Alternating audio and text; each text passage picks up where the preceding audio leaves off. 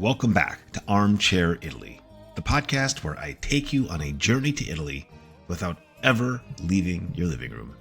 Today, we're stepping into the heart of Florence, standing right under the arches of the Loggia di Lanzi, to talk about one of the most jaw-dropping, gravity-defying sculptures in the world, Giambologna's masterwork, The Abduction of a Sabine Woman. So grab your affogato, get comfortable, and let's talk about how a single block of marble changed art forever. The year is 1583.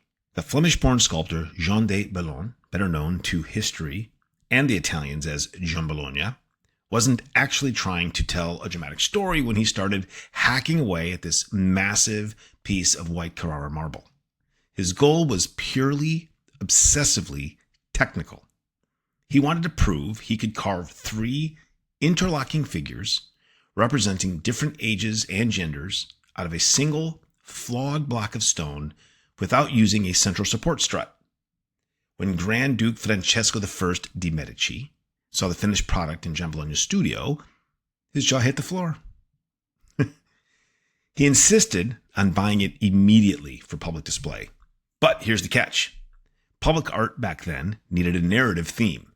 So, scholar Vincenzo Borghini stepped in and slapped a title on it inspired by the foundational myth of ancient Rome. The moment a young Roman man forcibly seizes a Sabine woman, while an older Sabine man cowers defeated at his feet.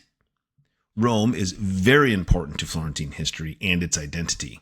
We'll get into that in another episode. But Florence was more than the papal bankers to Rome. In fact, the basis of humanism was explored and reproduced in Florence to set off the Renaissance from ancient Roman texts, beliefs, art, architecture, and rests on the founding of Rome. The figure Serpentinata. If you've ever visited the Piazza della Signoria in Florence, you know this statue demands to be walked around. Unlike high Renaissance masterpieces like Michelangelo's David, which are meant to be admired from the front angle, Giambologna threw that rulebook out the window. He pioneered what art historians call figura serpentinata, an upward, snake-like S-curve composition. As you circle the sculpture, the narrative shifts. The bottom is an older, defeated man representing the older generation. The middle, an athletic, powerful young man in explosive motion.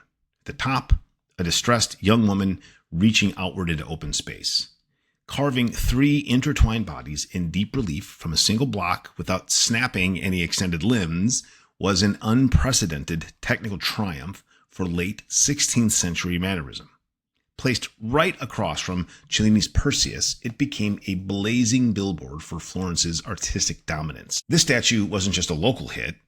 It was a watershed moment that shaped European sculpture well into the Baroque. Let's look at how future legends borrowed Giambologna's blueprint.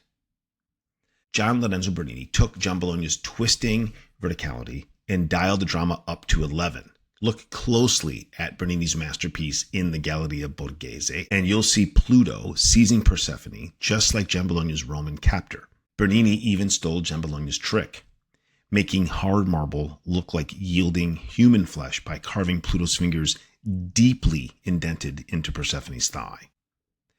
Pierre Puget, Perseus and Andromeda.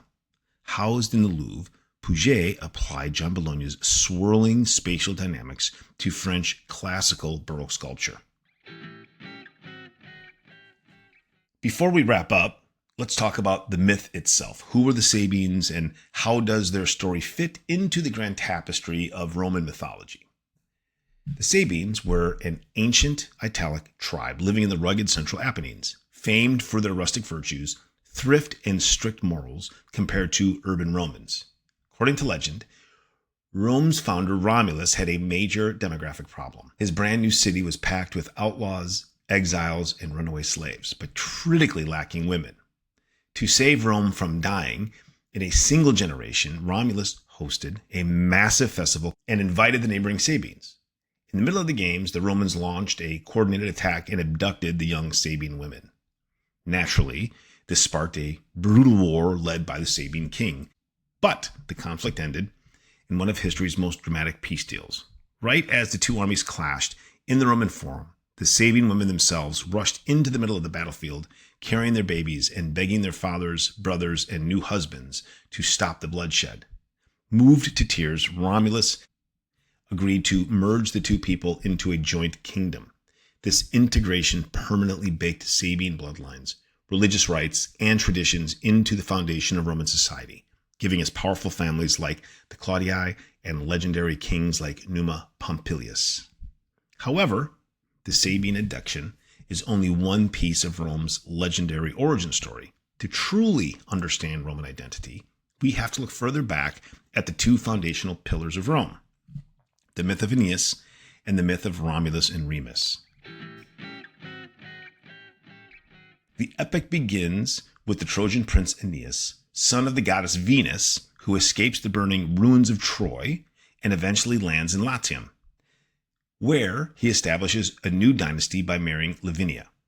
Aeneas' son Ascanius founds the city of Alba Longa, ruling through a succession of kings for 4 centuries until a power struggle leads directly to the birth of Romulus and Remus. Aeneas roots Rome's bloodline in Venus, the goddess of love and beauty, while Romulus and Remus are the sons of Mars, the god of war. This gave Rome a unique cultural mythos, inheriting both Trojan Greek epic prestige and indigenous Italic power. Aeneas embodies a deep sacrificial duty to the gods, family, and state, while Romulus fulfills a cosmic, preordained divine plan for empire that Roman poets like Virgil and Livy stitched together into one master narrative. From a technical flex in a Florentine workshop to the foundational myths of an empire, Giambologna's Abduction of a Sabine Woman proves that art isn't just about what you see from the front. It's about how a single block of stone can twist through time, space, and history. Thank you for tuning in to Armchair Italy. If you've enjoyed today's dive into Renaissance sculpture and Roman myth, make sure to hit subscribe, leave a review, and share this episode with a fellow art lover. Alla prossima!